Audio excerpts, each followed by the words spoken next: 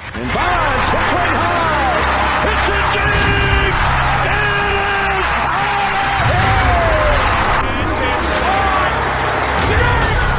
Sideline. Touchdown. Unbelievable. Bryant for the win. Bang. Watch out. He's got getting away from the top speed. By Michael Short.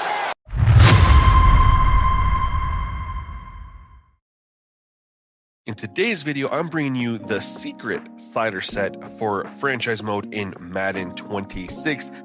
Every slider set I've dropped this year has been on all Madden competitive, but it seems like my comments are flooded with people wanting to play on all pro and simulation for penalties. And so I finally took the plunge, dove in, and made a slider set on all pro simulation to give you guys your penalties and that all pro gameplay you guys have been wanting. Welcome to the Sim Gaming Network, where it's all sim all the time, and today's video is breaking down everything you need if you want to play the game on all pro simulation style. Now, I did just drop an all Madden competitive slider set the week of Thanksgiving. That is still good. If you are enjoying that slider set, you want to be on all Madden, that's the video you want to be on. But for those of you who want to see what all pro has to offer, or prefer all pro, or they just can't get over the fact that you don't get penalties on competitive style, well, maybe this is something you want to try. This is going to be an alternative, not a replacement to the all Madden competitive set. And what we're going to do is break down everything you need to do. So the first thing is go ahead and do a profile delete. And I'm going to recommend profile delete because I'm assuming there's going to be people who have not seen these videos before, they don't know. I also have the video that explains how to do the profile delete, why to do the profile delete, and when to do the profile delete. It's up on the screen right now. Check that out if you don't know how to do it, but profile delete, definitely mandatory if you're new to my slider set. Then we're going to go ahead and dive into the main menu settings. And some of this stuff doesn't matter too much. I'm on all Madden simulation style main menu, have been all year. I'm on 12 and 20. I do that for play call totals, but that's really user preference. Again, coin toss, user preference as well. Here's where we are going to talk a little bit. We're on revamped passing. Okay. The slider set, you need to be on revamped, classic, or placement. You cannot use placement and accuracy, as that ignores quarterback ratings. We want ratings to matter. Now, because we have lowered the accuracy slider a little bit, I recommend that you start off on pass lead small, reticle speed 10. This is the same thing we're doing on the all Madden set. One thing I will say is if the small and 10 is a little bit too easy for you, because we are on all pro and simulation, so it is different than the competitive all Madden. Play with the pass lead, right? You don't need to go straight into the slider, the quarterback accuracy slider. Go with the pass lead, bump it up to medium, bump it up to large, mess with the reticle speed, okay? Play with this first if passing is too easy. Then if you've exhausted all your options, you're up to large, you're up to 20 out of 20, then you'd want to lower your accuracy slider. But I don't think you guys will need to do that. But I want to throw that out there just as FYI, okay? New for the slider set, the all Madden one, and this one is AI wide receiver. Turn that off. This one was shouted out to me. Mills tagged me in a post. They did a lot of testing on this. The catching animations do look a lot better, so please keep this off instead of turning it on, because I do have a house rule, no user catching. So make sure you don't user catch as well. Let them play out. You'll see some really cool animations. And to go along with that user catching rule, make sure you turn defensive ball hawk off. And I have switch stick disabled. Again, no need to use it if it's we're not user catching. Heat seeker assist and switch assist are user preference. As you can see, I have them turned on. Here we go with the player sliders here. These are mandatory. Now, if you are wondering why we're at 17 speed threshold, this goes back to college football. And because college football and Madden were running on the same speed this year, I'm using 17 for both. I have a video explaining why. You can see it right here. Check it out if you want to know the why on the 17 speed parity. If you don't just want to just go with what I'm saying here. Next is the physics-based tackling. We're at 25 there. And then here's the precipitation sliders a little bit. Now, they don't matter as much in the main menu. I have these set differently for various imports, and then I tweak them inside franchise. So you don't necessarily need to set these here. You can if you want to. And then here's the wear and tear that I'm using. Wear and tear is completely optional. As far as if you want to use mine, you want to use somebody else's, you don't, want to leave it at default, that's perfectly fine, completely up to you. Next, we're going to go over to penalties in the main menu. We're going to leave that completely default, don't need to mess with it. Player skill, I've been doing this for pretty much the whole cycle, zeroing out all the player sliders. This is something we're doing on the All Madden set, doing it on the All Pro set as well. Make sure you save the file. So when you do a profile delete, you can just load it back in. If you don't save it, also it'll just reset to the 50 and that'll cause problems. Big change though, going to All Pro simulation. CPU's maxed out. Maxed out the CPU in the main menu. Guys, I know people are going to ask me, why do I need to set the sliders different in the main menu? Main menu sliders and settings impact gameplay. And if you didn't believe me, or you want a reason to believe me, the easiest one is going down here. Physics-based tackle slider is only in the main menu. You don't get to set this anywhere else. If I could find the physics-based tackle and slider here, right here, you don't get to set this in franchise. It's pulling it in from the main menu. That is proof. Not only that, I had about 10 different people test games with the player skills at 0, CPU at 100, vice versa. And there's a noticeable difference depending on how you have these set in the main menu, even if they're different inside franchise. So this has been tested. You don't have to believe me or not, but for the sake of the sliders, please just roll with it.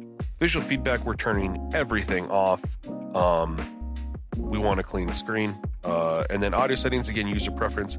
These are mine. I do have a video that you can check out if you want to see why I went this way. You can kind of hear what it sounds like on default and then what it'll sound like with these settings. I have commentary at 0 just for the videos I'm creating, but of course the normal setting for this I believe is 90 or 95. Anyway, check the video out. I don't know. We're not messing with Autosubs at all in the main menu. Leave it at default. I think it's just better just to leave it at default, especially if you have different franchises, you want to do different things.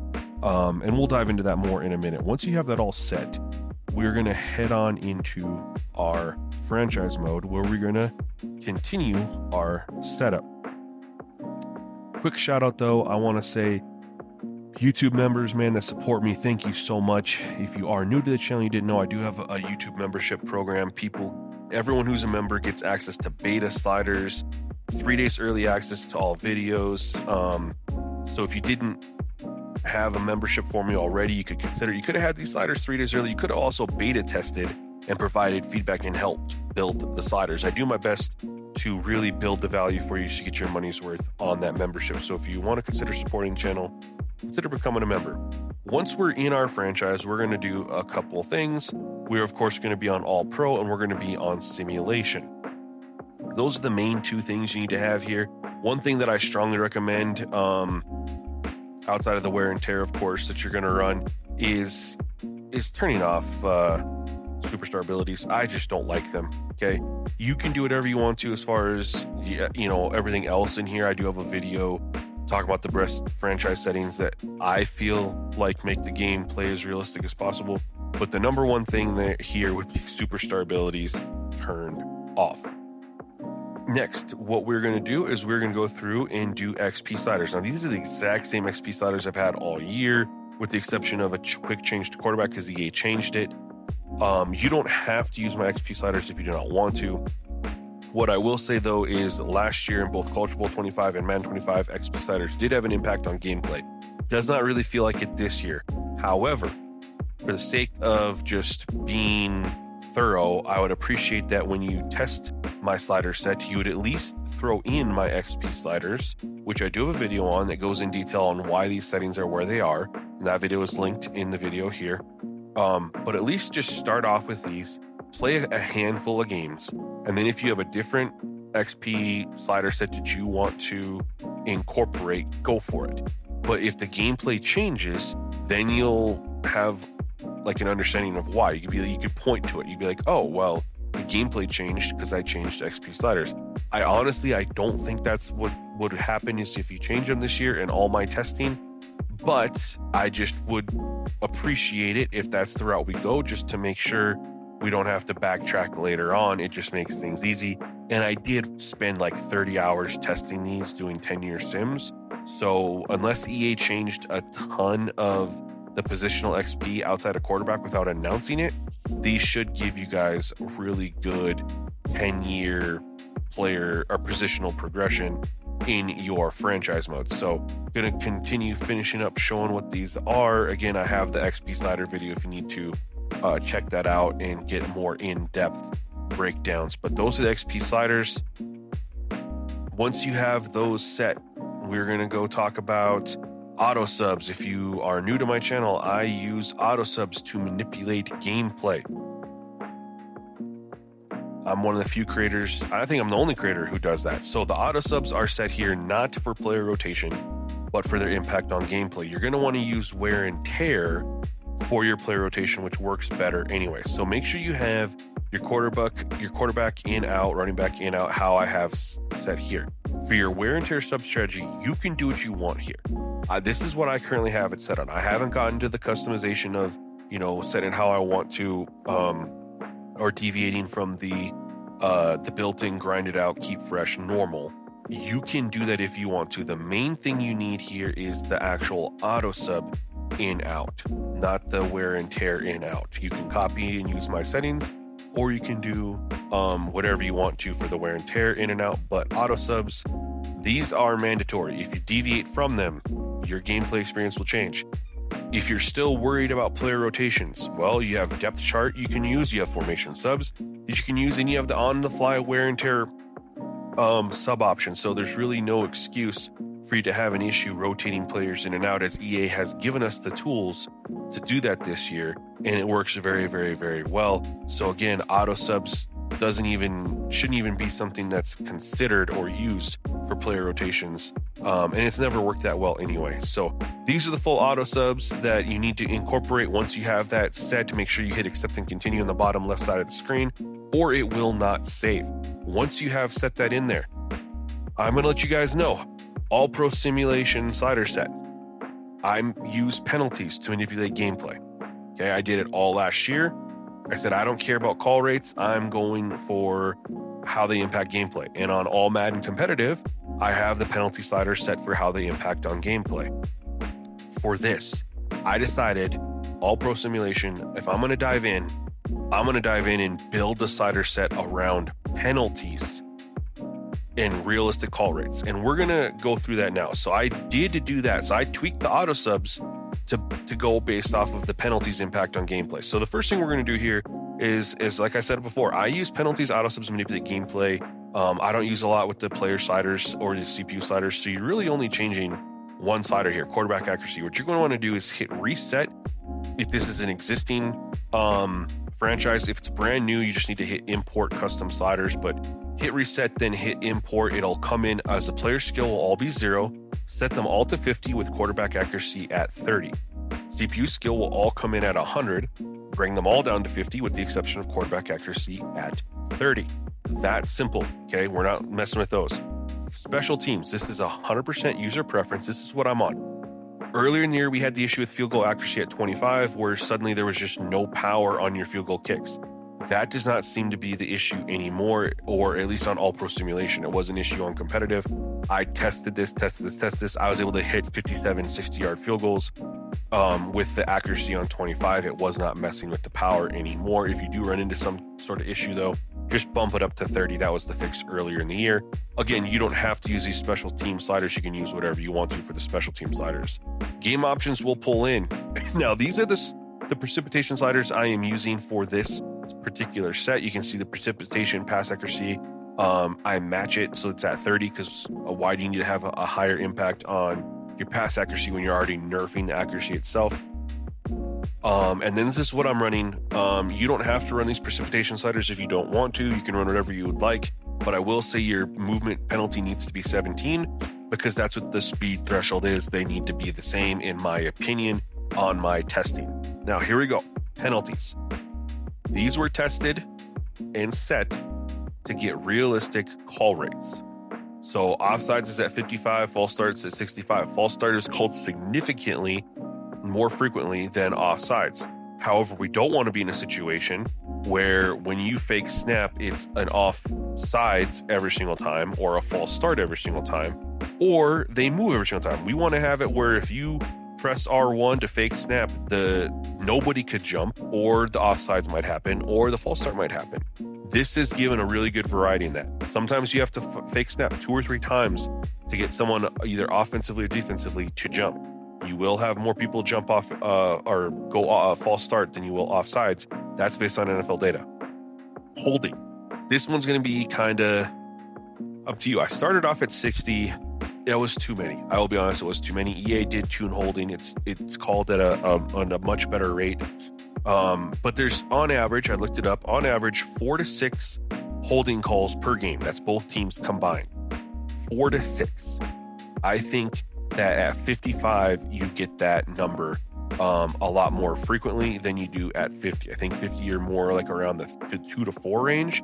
55 will get you that 4 to 6. If though you feel like you're getting too many holding calls and you're exceeding that 4 to 6 range, that's NFL data, you can drop this down to 50, 52, 53, 50, whatever. Face mask. This one is set this way for its impact on gameplay. Why? Well, because we know that whether you have this at 99 or 0, there's no face mask called.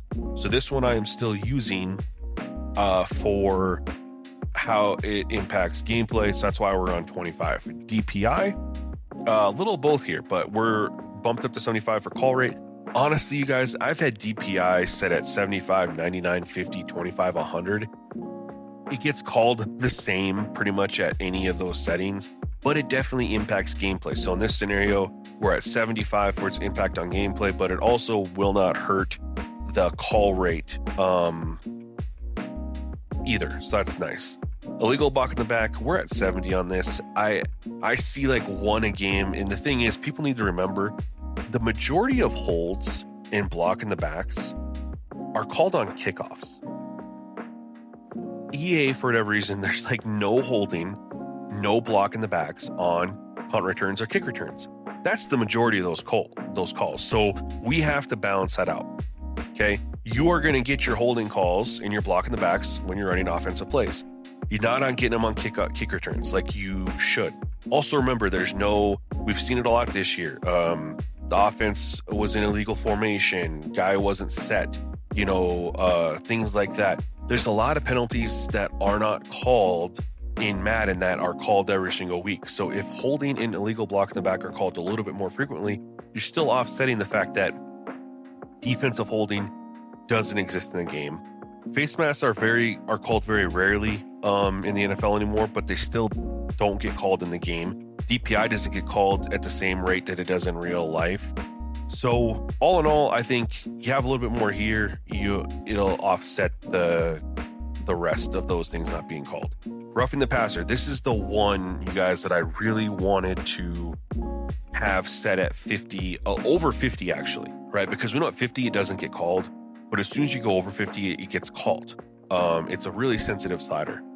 The problem is as soon as I went up to 50, holy smokes, did sacks become an issue. I've been telling you guys, roughing the passer has an impact on that. That's why I've been at 25 all year on all Madden. I tried, you guys. I wanted this at 50, and I tried to change other things with Autosubs and stuff like that to help reduce the sacks. Nothing worked. And so I'm going to leave you guys with this. If you want to have the roughing the passer called, then 50, I was at 55 in my testing. I thought it was pretty good.